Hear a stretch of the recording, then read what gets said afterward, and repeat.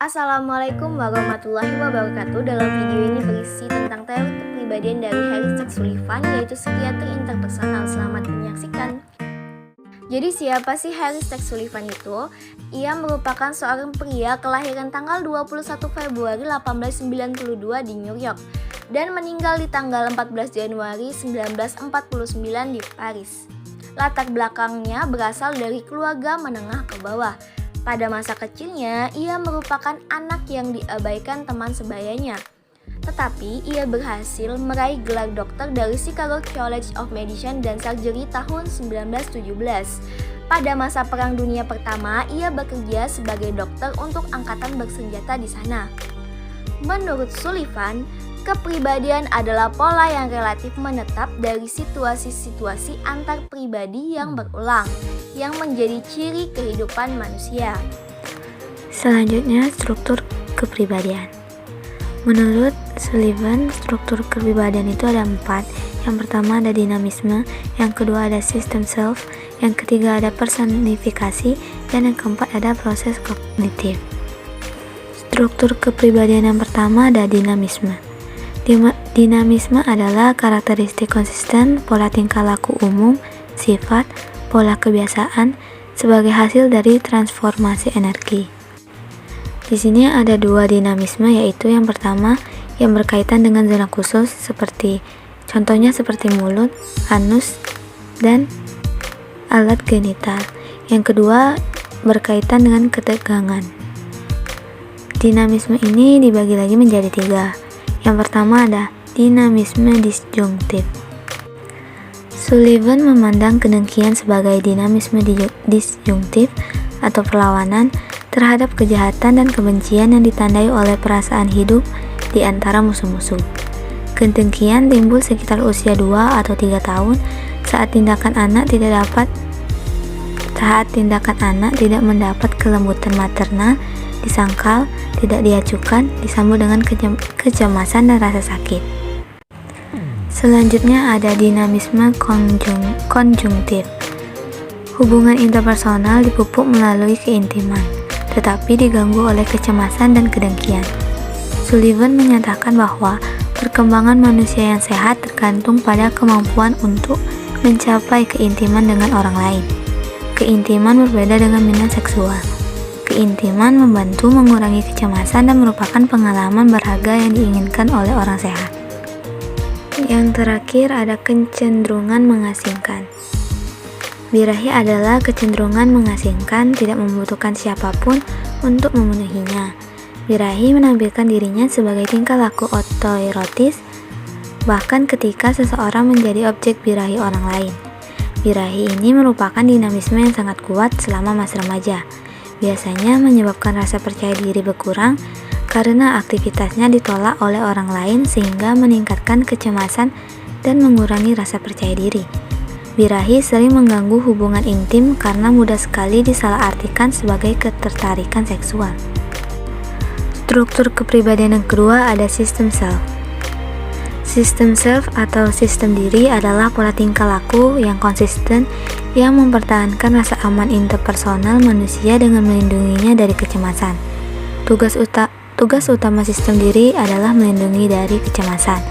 Sistem ini mulai berkembang pada usia 12-18 bulan. Ketika sistem self mulai berkembang, orang mulai membentuk gambaran diri atau personifikasi diri yang konsisten. Setiap pengalaman interpersonal yang dipandang bertentangan dengan sistem dirinya berarti mengancam keamanan diri. Dampaknya, orang berusaha mempertahankan diri melawan tegangan interpersonal itu memakai operasi keamanan. Berikut beberapa macam sistem keamanan yang dipakai sejak usia bayi. Yang pertama ada disosiasi.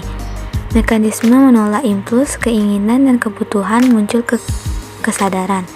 Disosiasi tidak hilang, tapi ditekan ke ketidaksadaran dan mempengaruhi tingkah laku serta kepribadian dari sana. Selanjutnya, inatensi.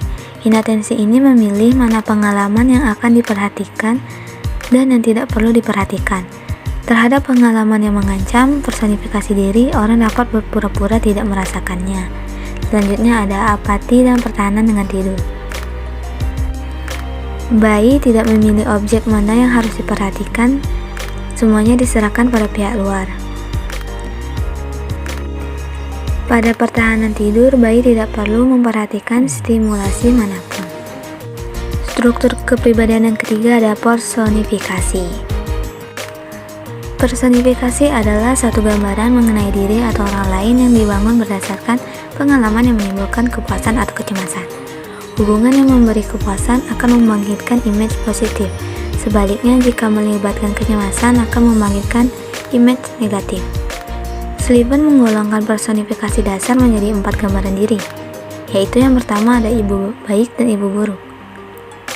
Personifikasi ibu buruk tumbuh dari pengalaman bayi terhadap puting buruk. Puting yang tidak bisa memuaskan kebutuhan rasa lapar. Ibu buruk ini tidak harus ibu yang sebenarnya, tetapi bisa berupa botol susu yang dipegang ayah, kakak, atau siapapun yang sedang merawatnya. Sedangkan ibu baik berdasarkan kelembutan dan tingkah laku kooperatif dari seseorang yang keibuan. Yang kedua ada personifikasi saya. Personifikasi saya buruk terjadi ketika ia mengalami hukuman dan ketidaksetujuan dari mereka yang keibuan. Personifikasi saya yang baik terjadi ketika ia mendapatkan penghargaan, persetujuan, dan kelembutan ibu. Personifikasi bukan saya terjadi ketika seseorang mengalami kecemasan berat dan tidak diacuhkan. Next ada personifikasi eidetik. Gambaran tentang sesuatu yang tidak nyata atau teman hayalan yang diciptakan bayi untuk melindungi rasa percaya diri. Bisa dialami orang dewasa, yaitu dengan memproyeksikan sifat khayalan yang merupakan sisa dari hubungan terdahulu. Pada orang dewasa, ini bisa mengganggu komunikasi, mengganggu hubungan interpersonal, karena mencegah untuk berfungsi pada tingkat koneksi yang sama. Struktur kepribadian yang selanjutnya ada proses kognitif. Sullivan membagi kognisi menjadi 3 tingkatan atau 3 gaya pengalaman. Yang pertama ada tingkat prototaksis. Tingkatan selanjutnya ada tingkat prataksis. Selanjutnya tingkat sintaksis. Tingkat ini dapat dikomunikasikan secara simbolis karena sudah tervalidasi dalam mufakat. Simbol yang paling sering digunakan untuk komunikasi bahasa, kata-kata, dan gerakan isyarat. Materi selanjutnya ada dinamika kepribadian. Sullivan memandang kehidupan manusia sebagai sistem energi yang perhatian utamanya adalah bagaimana menghilangkan tegangan yang ditimbulkan oleh keinginan dan kecemasan.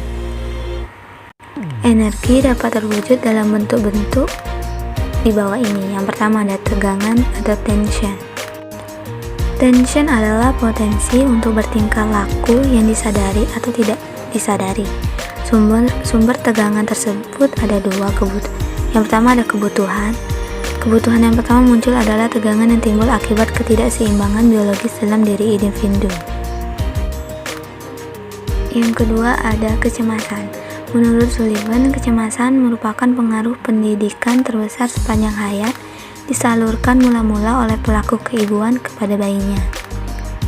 Jika ibu mengalami kecemasan akan dinyatakan pada wajah, irama kata, dan tingkah laku. Proses ini oleh Sullivan dinamakan empati. Energi yang kedua ada transformasi energi. Tegangan yang ditransformasikan menjadi tingkah laku, baik tingkah laku yang terbuka maupun tertutup. Selanjutnya ada perkembangan kepribadian, yang mana Sullivan membagi perkembangan dalam 7 tahap dan masing-masingnya krusial bagi pembentukan kepribadian manusia. Nah, perkembangan kepribadian yang pertama itu ada tahap pada masa bayi atau infansi, di mana biasanya berkisar pada usia 18 sampai 24 bulan. Perkembangan pada masa bayi ini sangatlah kompleks. Yang kedua ada masa anak-anak atau childhood. Nah, periodenya itu antara 1,5 sampai 4 tahun, di mana tahap ini disebut dengan tahap berbicara dan hubungan dengan teman sebaya. Orang penting dalam tahap ini adalah sosok kehadiran orang tua. Lalu proses interpersonalnya itu melindungi rasa aman melalui imaji teman sebaya. Pencapaian utama pada tahap ini yaitu belajar melalui identifikasi dengan orang tua, belajar sublimasi menggantikan suatu kepuasan dengan kepuasan yang lain. Kemudian pada tahap ini ada perkembangan negatifnya, yaitu performansi as if, yaitu ada 4. Yang pertama dramatisasi, kedua bergaya sibuk, yang ketiga transformasi jahat, dan yang keempat ada sublimasi tak sadar. Nah, tahap selanjutnya itu ada masa remaja awal, di mana pada masa ini berkisar pada usia 4-10 tahun dan disebut dengan usia sekolah dan berkeinginan bergaul intim. Orang penting pada tahap ini yaitu kehadiran teman bermain seusia. Lalu proses interpersonalnya itu adalah orientasi menuju kehidupan sebaya. Kemudian pada tahap ini pencapaian utamanya yaitu belajar, bekerja sama, dan bersaing dengan orang lain. Nah, pada tahap ini perkembangan negatifnya itu ada 3, yaitu belajar stereotip, belajar ostrasisme, dan belajar disparagement. Kemudian tahap selanjutnya itu ada masa pra-remaja atau pre-adolescence, dimulai pada usia 10 tahun dan berakhir dengan masa remaja. Sebuah masa bagi keintiman dengan seseorang, biasanya dengan jenis kelamin yang sama. Nah, pada masa ini biasanya para pra-remaja ini menjalin suatu persahabatan dengan teman yang berjenis kelamin sama. Di masa pra-remaja untuk pertama kalinya anak mulai ketertarikan sejati kepada pribadi lain. Nah, pencapaian utamanya yaitu belajar mencintai orang lain seperti atau melebihi rasa cintanya pada diri sendiri. Perkembangan negatifnya itu ada loneliness, kemudian masa adolescent awal, di mana masa ini dimulai pada usia 12 sampai 16 tahun. Masa ini ditandai dengan meledaknya ketertarikan genital dan datangnya hubungan yang berkaitan akan nafsu. Nah, Sullivan percaya bahwa masa remaja awal adalah timbal balik dalam perkembangan kepribadian. Perkembangan negatifnya itu pola tingkah laku seksual yang tidak terpuaskan. Biasanya pada masa adolescent awal ini para manusia akan menjalin suatu ikatan atau ketertarikan untuk mencintai lawan jenis. Perkembangan kepribadian tahap adolescent akhir atau late adolescent. Kemantapan seks dan tanggung jawab sosial berkisar pada usia 16 sampai awal 20-an. Berakhir sampai pemuda mengenal kepuasan dan tanggung jawab dari kehidupan sosial dan warga negara dewasa. Ditandai dengan pemantapan hubungan cinta dengan satu pasangan. Pencapaian akhir periode itu adalah self-respect yang menjadi syarat untuk menghargai orang lain. Kemasakan atau maturity. Pada periode usia lebih dari 20 tahun ke atas, setiap prestasi penting tahap yang terdahulu akan menjadi bagian penting dari tahap perkembangan kepribadian ini. Intimasi merupakan yang paling penting. Nah, penerapan teori Sullivan, aplikasi psikoterapi. Teori Sullivan menunjuk kesulitan hubungan interpersonal sebagai penyebab gangguan mental. Prosedur terapinya berpusat pada usaha untuk memperbaiki hubungan interrelasi pasien. Sullivan membagi interview dalam 4 tahapan. Yang pertama pembukaan, pengamatan, pertanyaan detail, dan pemberhentian. Gangguan mental. Semua gangguan mental berasal dari cacat hubungan interpersonal. Hanya dapat dipahami melalui referensi lingkungan sosial orang itu. Ia banyak menangani skizofrenia. 2 kelompok skizofrenia, yakni skizofrenia yang menunjukkan simptom organik dan skizofrenia yang akar masalahnya faktor sosial. Kelompok skizofrenia yang akar masalah faktor sosial inilah yang perubahan dan perbaikannya dilakukan melalui interpersonal psikiatri. Terima kasih.